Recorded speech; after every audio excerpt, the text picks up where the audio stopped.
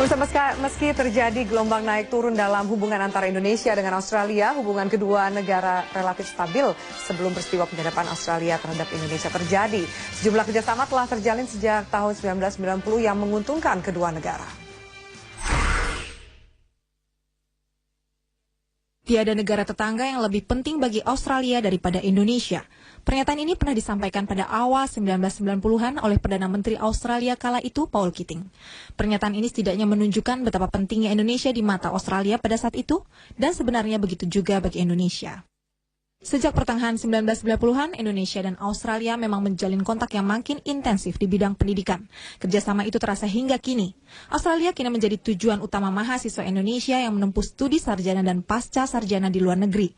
Kurang lebih 20.000 mahasiswa Indonesia belajar di Australia. Tak hanya pendidikan, Indonesia dan Australia juga bekerja sama lebih dinamis di bidang politik dan ekonomi. Kedua negara telah menempuh kebijakan ekonomi yang berorientasi keluar. Efeknya pertumbuhan ekonomi Indonesia mencapai 7%.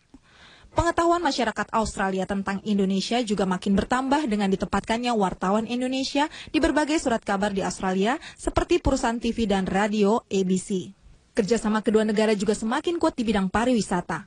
Pulau Bali kini menjadi tujuan pariwisata yang sangat populer bagi ratusan ribu turis Australia.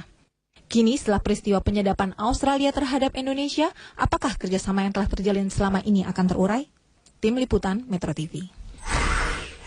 Ya, Pak Sabam, saya mengutip kembali tadi ada pernyataan tidak ada tetangga yang lebih penting bagi Australia selain Indonesia. Kedepannya harus seperti apa nih Pak? Kita bertetangga, mau tidak mau secara letak geografis memang bersebelahan, harus menjaga hubungan yang menguntungkan dan saling menjaga. Harusnya seperti apa kedepannya hubungan kita dengan Australia? Peta, meskipun peta itu dua dimensi, ya, mau nggak mau kita tetangga, ya, dan tetangga yang amat interesan, ya, yaitu Indonesia, negara berkembang. 270 juta, ya, dan meningkat terus. Australia negara modern, nggak begitu besar, 20 juta, tapi kemodernannya itu, ya, kita ingin raih modern teknologi, modern informasi, modern manajemen.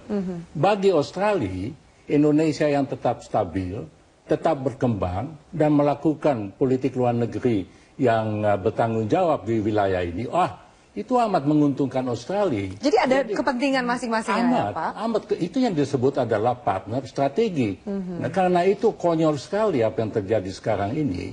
Yang saya katakan adalah warisan dari perang dingin dan dari konfrontasi. Oke. Kedepannya harus seperti apa bersikap supaya kemudian menjaga kepentingan kita terhadap Australia bisa terus berjalan? Nah, kedepannya yang apa namanya paling mendesak adalah bagaimana memperbaiki ini, ya. Dan di situ diplomasi berperan, ya. Yang saya katakan yaitu membuka saluran informal, ya, dan meyakinkan mereka. Kalau seorang seperti Pak Haryono, moga-moga ini dilihat juga, ya, yaitu nasionalis yang progresif begitu, ya, sudah bicara tadi begitu. Ya, mereka juga perlu memperhitungkan, ya, emosi dari bangsa Indonesia. Bangsa Indonesia. Pak Haryono, ke depannya seperti apa yang akan didorong oleh Komisi 1 mengenai penyelesaian dari konflik yang terjadi sekarang? Pertama, atas saran Duta Besar Sabam, kita akan mengundang Pak Hikmahanto, kemudian Pak Sabam sendiri, dan tentunya Duta Besar Najib untuk mendapatkan masukan lebih mendalam tentang hal ini. Yang kedua adalah jangan kita ragu bahwa ini sudah menyangkut martabat kita sebagai bangsa Indonesia. Jangan ragu mengambil langkah-langkah yang tegas. Sebuah harga yang tidak bisa ditawar, ya Pak. Dan yang ketiga, di Australia juga tidak semua mendukung pernyataannya Tony Abbott.